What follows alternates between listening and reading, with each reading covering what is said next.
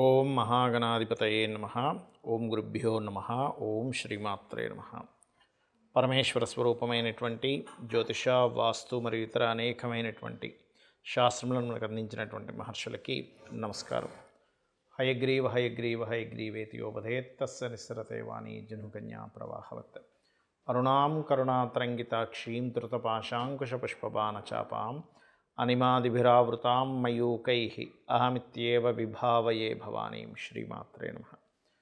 ప్రేక్షకులకి ఆ లలితాంబిక అమ్మవారి యొక్క అనుగ్రహం పరిపూర్ణంగా కలగాలని మనస్ఫూర్తిగా కోరుకుంటూ మనం ఈరోజు చెప్పుకోబోయేటువంటి అంశము ఏప్రిల్ 1వ తేదీ నుంచి 15వ తేదీ వరకు ఉన్నటువంటి పక్ష ఫలితములు. ఈ యొక్క ఫలితాలు ఏ రకంగా వాటి యొక్క గ్రహాలు పూర్తిగా మనకి ఈ యొక్క పక్షంలో 12వ స్థానం న్యాచురల్ 12th హౌస్ అయినటువంటి మీనరాశిలో రవి, బుధ, శుక్ర, రాహు, శని కలిసి ఉన్నారు. 14వ తేదీ నుంచి దాదాపుగా మనకి రవి మారిపోతాడు. ఇక మనం 1వ తేదీ నుంచి 15వ తేదీ వరకు చెప్పుకుంటున్నాం కాబట్టి ఇక గురువు వృషభంలోని, కుజుడు మిథున రాశిలోని, కేతువేమో కన్యా రాశిలో ఉన్నాడు. అయితే ఈ మిథున రాశిలో ఉన్నటువంటి కుజుడు 3వ తేదీ నుంచి కర్కాటకంలోకి మారుతున్నాడు. అదేవిధంగా మనకి వక్రగతిలో ఉన్నటువంటి శుక్రబుధులు 13కి శుక్రుడు వక్రగతి త్యాగము, 8వ తేదీకి బుధుడు వక్రత్యాగం జరుగుతుంది. ఈ యొక్క పక్షఫలాలని చెప్తుంది నేనైనప్పటికీ కూడా చెప్పిస్తుంది సాక్షాత్ లలితా అమ్మవారిగా భావిస్తూ ఎవరెవరికి ఎటువంటి ఫలితములు జరగనున్నాయి మరియు పరిహార మార్గాలు ఏమిటి అనేటువంటి విషయాలు మనం తెలుసుకుందాం. కర్కాటక లగ్నము, కర్కాటక రాశి. కర్కాటకం వారికి ఈ యొక్క పక్షంలో 3వ తేదీ నుంచి కుజుడు రాశిలో వచ్చి సంచరిస్తున్నాడు. అంటే దశమాధిపతి, వృత్తికి కారకుడు, సంతానానికి కారకుడు, రాజకీయాలకు కారకుడు. పంచమాధిపతి అంటే ఏదైనా ఒక ప్లానింగ్కి కారకుడు అయినటువంటి కుజుడు ఎప్పుడైతే రాశిలోకి వచ్చి ఉంటాడో కొంతవరకు అదేంటంటే వృత్తిరీత్యా ప్లానింగు, సంతాన సంబంధించినటువంటి విషయాల మూలంగా కాస్త ఒత్తిడికి ఎక్కువగా మీరు గురి అవుతుంటుంటారు. మరి ఇదే కుజుడు ఉన్నప్పుడు చంద్రుడు కనుక మేషంలోని, కర్కాటకంలోని, తులలోని సంచరిస్తున్నప్పుడు మంచి జరుగుతుంది. అంటే 1వ తేదీ, 6, 7 తేదీలు మరియు 13, 14, 15వ తేదీ మధ్యాహ్నం వరకు ఉండేటువంటి రోజుల్లో ఆ సమయాల్లో చంద్రుడు ఎప్పుడైతే ఈ రాశిలో సంచరిస్తాడో ఆ సమయంలో మీకు కాస్త ఉద్యోగరీత్యా మరియు సంతానరీత్యా అనుకూల వాతావరణం కూడా లభిస్తుంది మన రాజకీయ నాయకులకు కూడా. అయితే ధన సంబంధించినటువంటి విషయాల్లో చూసుకున్నట్లయితే ప్రాపర్టీస్ మూలంగా ఏదైనా ఒక ఆస్తి మూలంగా ధనం రావడము, కన్స్ట్రక్షన్స్ కట్టడాల మూలంగా మరియు అదేవిధంగా స్కాలర్షిప్స్ మూలంగా ధనయోగం అనేటువంటిది వస్తుంది మీకు. అలాగే మరొక విషయం ఏంటంటే 3వ స్థానంలో కేతు ఉన్నందుకు ఎవరితోనైనా ఏదైనా అగ్రిమెంట్ చేసుకునేటప్పుడు కాస్త జాగ్రత్తగా ఉండండి. కాస్త స్నేహితులు, షేర్ మార్కెట్ రిలేటెడ్ సంబంధించినటువంటి అంశాలలో జాగ్రత్త వహిస్తూ ఉండాలి. 2వ వివాహం కోసం ప్రయత్నం చేసేటువంటి వారికి అనుకూలతగా ఉంది. వివాహ ప్రయత్నాలు చేసేటువంటి వారికి ఈ కర్కాటకం వారికి ఈ పక్షంలో మంచి అనుకూలత వాతావరణం ఉంటుంది. అందులో ఎటువంటి సందేహం లేదు. అందులో ముఖ్యంగా మీకు విదేశీ సంబంధాలు లేనట్లయితే కొంతమంది చూడండి బ్యాంకింగ్ రంగాలు, అకౌంట్స్ రంగాల్లో, సాఫ్ట్వేర్ రంగాల్లో ఉండే వారితో వివాహ సంబంధాలు కుదిరేటువంటి యోగం ఎక్కువగా చూపిస్తుంది. కాకపోతే కుజుడు రాశిలో ఉన్నందుకు మీరు ఏదైనా ఉద్యోగంలో మీ యొక్క టేబుల్ మీద కూర్చున్నప్పుడు ఉద్యోగం ఉదయాన్నే ప్రారంభించేటప్పుడు ఒకసారి స్కందుడిని తలుచుకోండి. సహజంగా కూడా మీరు నిత్యము స్కందుని యొక్క ఆరాధన, సుబ్రహ్మణ్యేశ్వర స్వామి యొక్క ఆరాధన మీకు చాలా చక్కటి ఫలితాలను ఇస్తుంది. ఇక మీరు దీంతోపాటు కాస్త కుజ, కేతు గ్రహాల దగ్గర దీపారాధన చేయండి. మంగళవారాలు ప్రత్యేకంగా మీరు ఎటువంటి అగ్రిమెంట్స్ కానీ తొందరపాటు నిర్ణయాలు కానీ తీసుకోకండి. ఉద్యోగ సంబంధించినటువంటి విషయాల్లో, వ్యాపార సంబంధించిన అభివృద్ధి కూడా 13వ తేదీ నుంచి బాగుంటుందని చెప్పుకోవచ్చు. ఇక మీరు నిత్యము స్కందుడిని తలుచుకోండి, అన్ని విధాలా బాగుంటుంది.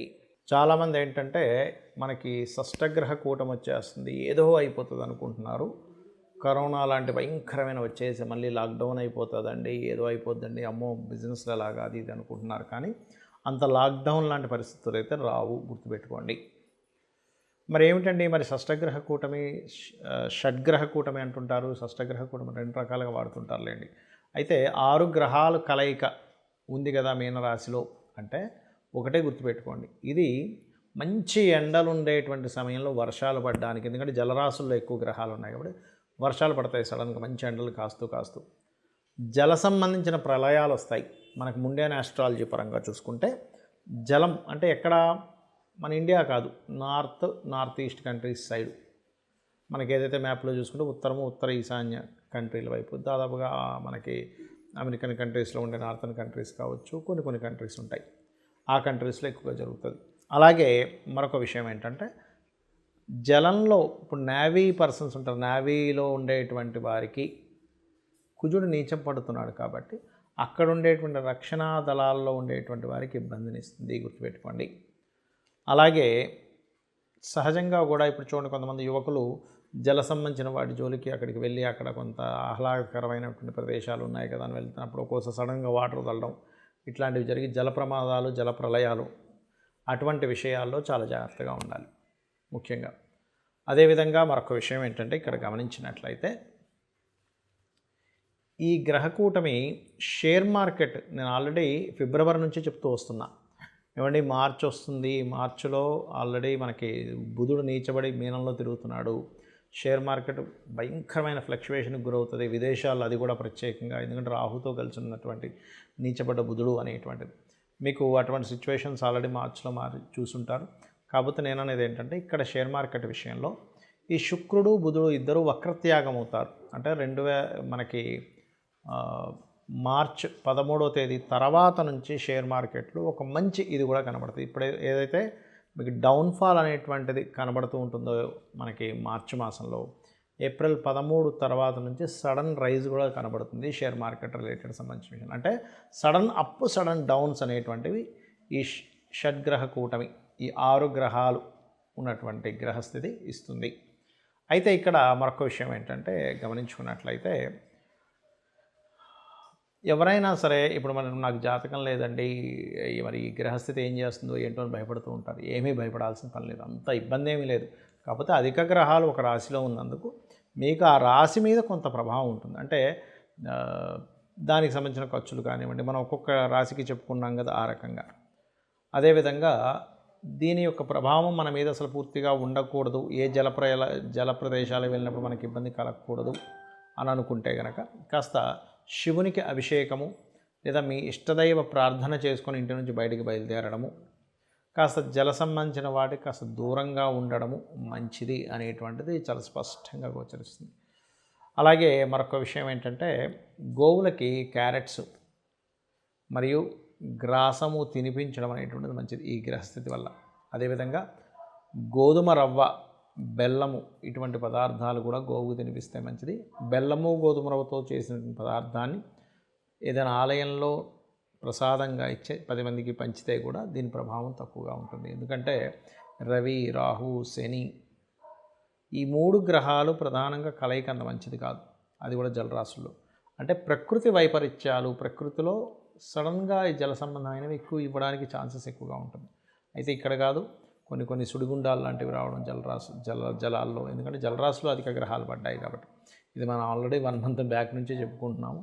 కాకపోతే ఈ యొక్క విషయాల్లో కొంత జాగ్రత్తగా ఉండండి. ఎందుకంటే మనం ఈ పక్ష ఫలితాల్లో 1 నుంచి 15వ తేదీ వరకు చెప్పుకుంటున్నాం కాబట్టి ఇక్కడ ఎక్కువగా ఈ గ్రహస్థితి అనేటువంటిది ఉంటుంది.